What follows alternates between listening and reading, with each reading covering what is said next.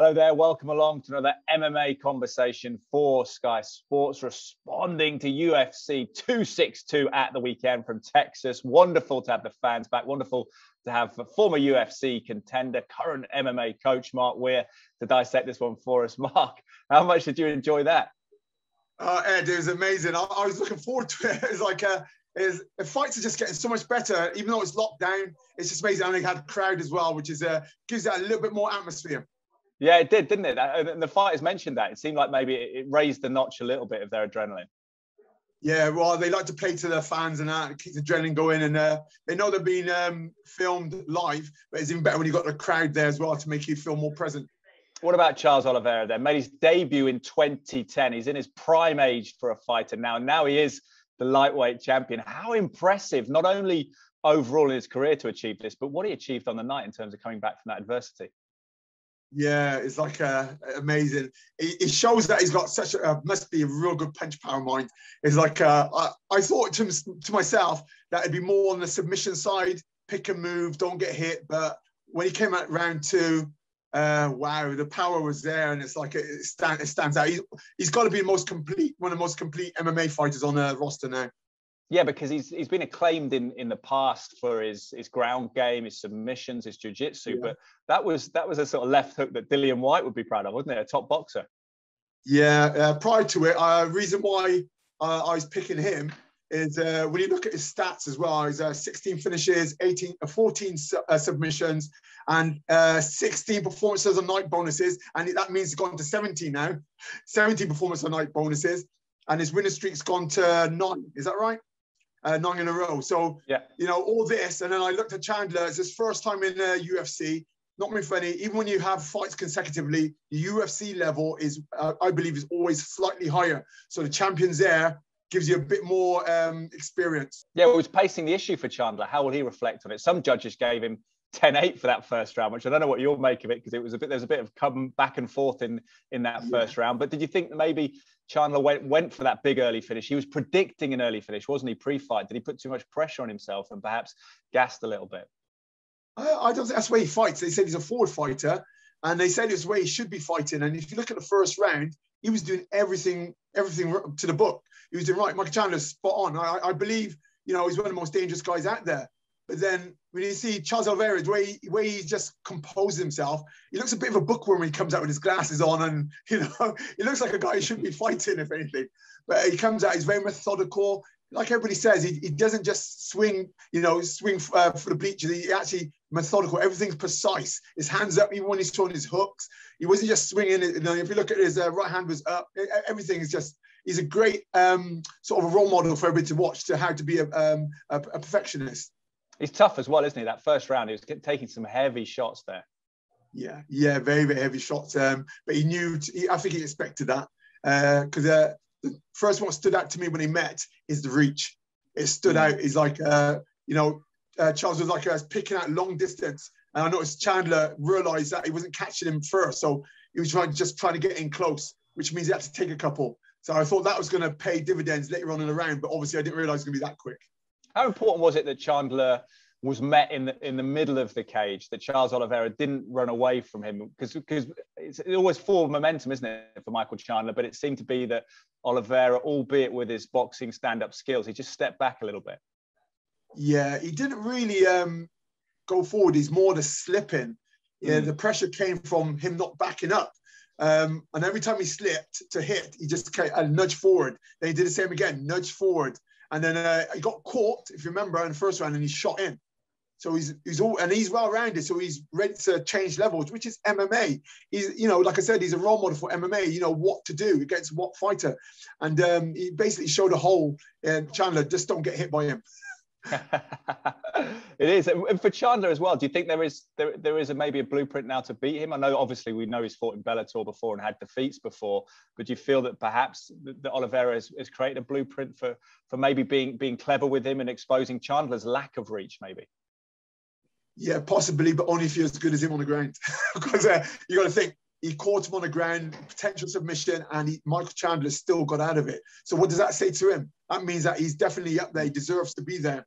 And I think anybody comes along, they're going to have a hard job because besides his punching power is outstanding, And the ground game, him escaping it because they reckon his wrestling is second to none. So yeah, he's got a well-rounded game. Never been submitted. There's talk of Chandler now taking on Justin Gaethje, who's coming off a loss. How would you see that? Would you like to see that? Yeah. Oh yes. Yeah. I think the guy that division is packed. I think Michael Chandler just wants to get back up. He noticed his statement was, "I will return. I will have that belt round my waist." So I think he's gonna go home, recuperate, and be back soon and with a vengeance. How long do you think Charles Oliveira could reign for now? Because it's a very competitive division, isn't it? We've got the Poirier and McGregor fight 3 to come this summer. But do you feel that Oliveira can be the clear number 1 by the end of this year, start of next year? Well, prior to this, remember we did one prior. We were talking to coming up to, I think it was Gaethje fight. I think we were talking about it, and we said that everybody, the title should be down to someone fighting him. Don't matter who it is, he deserves to be there, and he showed it. The way he won, it was outstanding in all areas. So to me, I think he could clean up, and I think he could be the man to probably reign. Probably reign for at least another couple of years. Do you see him take on the winner of Poirier McGregor? That seems to be the plan. Yeah, McGregor everybody loves that because of the attention, the money, and your fame goals that never level up. Do you think, what would the UFC want? Do you think they want either Poirier and Oliveira to be the champion come the end of the year, just because maybe McGregor's not always that active, not always that focused on the UFC? Possibly, but I think when it comes to entertainment, the more fans that draws in, you got to remember, people, once they see one entertainment fight, they stay there looking for others. They don't always disappear. So it doesn't really matter about the consistency. Conor McGregor can just appear, draw fans, and disappear again. Yeah. And what do you think of say imaginary matchup, Dustin Poirier against Charles Oliveira? How does that play out? Because we saw the calf kick early from Oliveira as well, didn't we? Which was almost from the Yes. Poirier playbook in the rematch against McGregor. It'd be intriguing, that, wouldn't it? I don't know, where would you see the actual main action playing out, in the stand-up or on the ground? Charles Oliveira has got an answer to everybody. He's one of those people. He's methodical. He comes out, and he's so confident when he comes out, but not in a cocky way. You can tell that he's done his homework. He looks like he's done his work. He's trained hard, and he's ready to go. Coming out, I was looking at his persona, and he didn't look like that bothered. He looked like it was just another same old fight.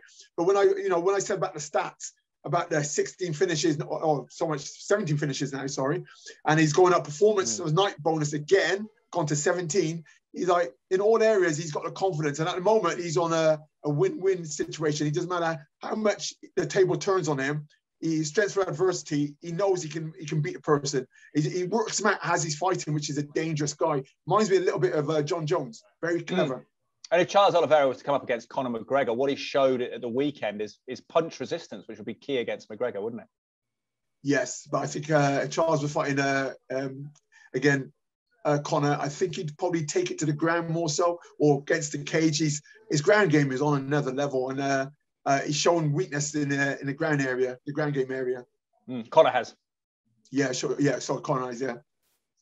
What about Tony Ferguson? I want to get your reflections on this, because it wasn't that long ago. It seemed like he was coming to the summit of the lightweight division, but it's now 3 defeats back to back after the loss to BNL Dariush, the unanimous decision loss at the weekend. How do you reflect on Tony Ferguson's situation? Is he on a permanent slide now, or is this just a kind of ebb and flow of momentum?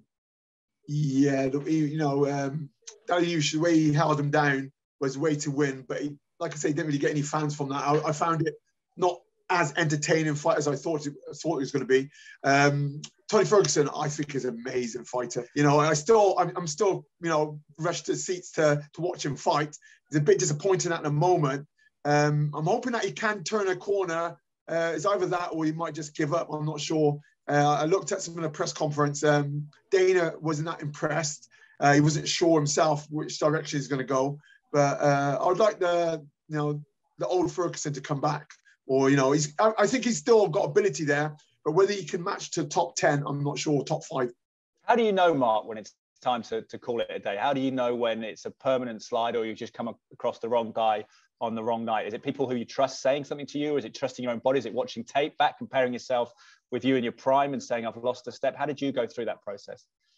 Right. This happens to everybody. Even myself, I knew about this prior, but I studied fighting from a real young age.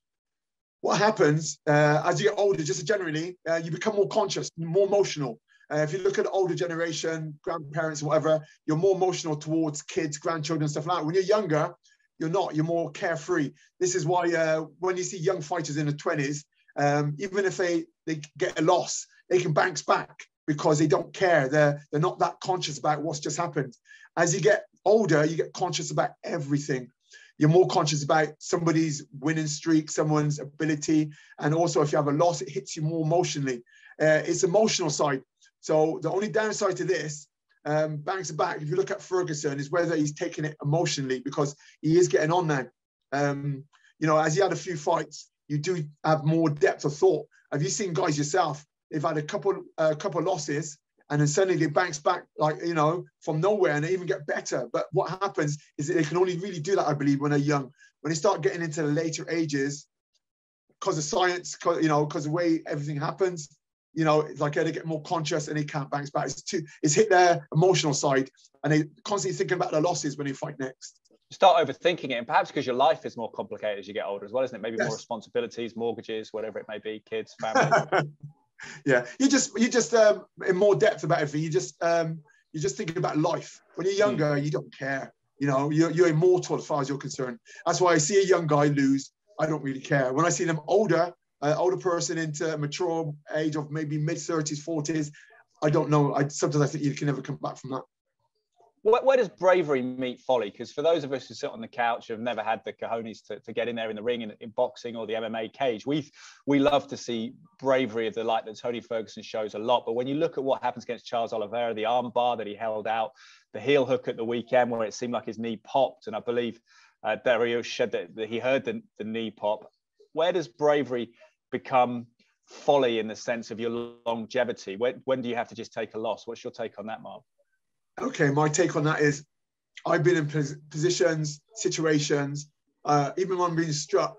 At the end of the day, this is why I used to think, I'm not going to die. You might get hurt, you might get knocked out. You know, they might break your arm even, but you know it's going to heal, hopefully. And you're not going to die. I think that mindset, people fear pain. But a lot of them, if they're fearing that, they don't fight. I'm a person, I don't fear pain. I know I can heal. I'm not going to die. That's what was my drive. I know it's safe to a degree. Yeah, and it's you talk about the life beyond that. You're coaching, you're training now. That's your business as well. But when you tap out earlier, you will suffer less injury, won't you? Which is the rest of your life to be considered here. Because Josh Thompson, heard him recently, former UFC fighter, saying that actually he's got injuries now from maybe holding on too long in fights or injuries he's picking up that are affecting his day-to-day now. That's about, you have to think a little bit to that life beyond, do you?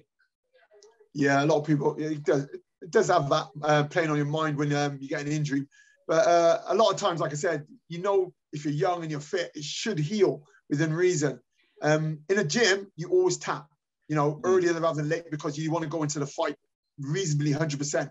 But when you're fighting, your adrenaline's going, you got the potential of your living, you know, because obviously you're getting paid, you got your family and friends watching, you'll go that extra distance. And sometimes it's too far. You don't know, no one really knows when it's going to snap. They hope it's not. Yeah. Take me forward a year from now. Who do you see being the lightweight king in the UFC? Definitely Charles Oliveira.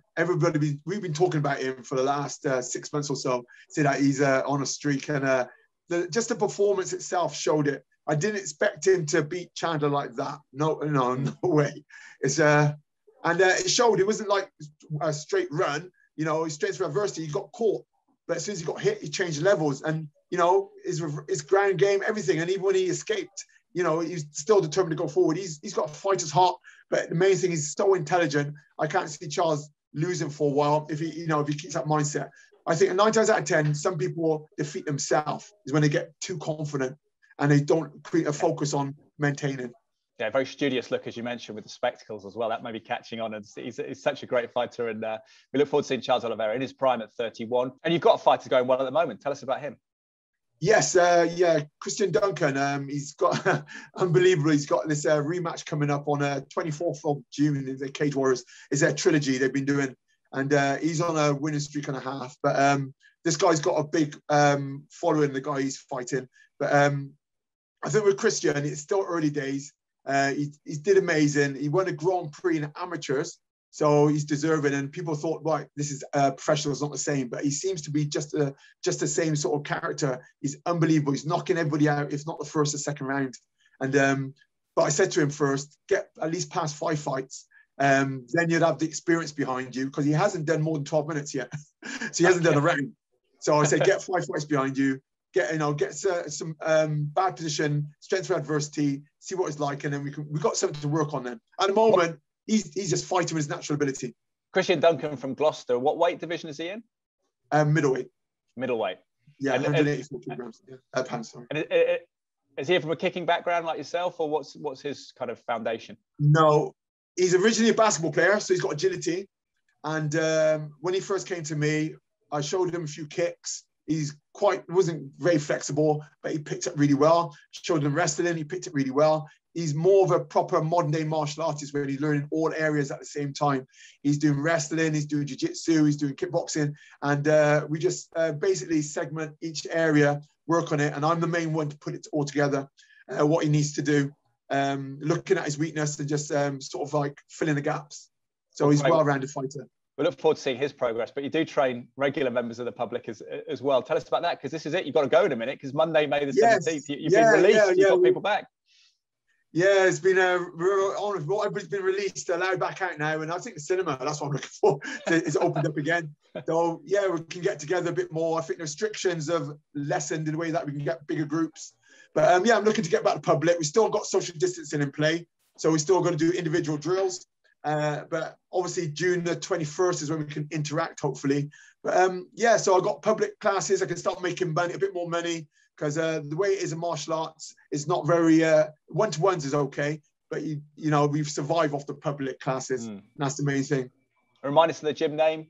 If people in the West Country are going to come down. Yes, Gloucester Range Martial Arts. You can't miss it. It's essential, and there's a lovely place called the Keys. It's one of the main things in the centre. It's not far from there. It's yeah, do a bit of shopping, do a bit of MMA training down there, Gloucester Keys, very picturesque. Thank you very much, Mark. Appreciate your time. I appreciate that. Yeah, I'm looking for, just say if anybody's interested, Will Curry versus Christian Duncan. You can catch that on Cage Warriors. Good stuff. Mark Weir, thank you very much. Thank you for watching, guys. For more MMA content, head to skysports.com.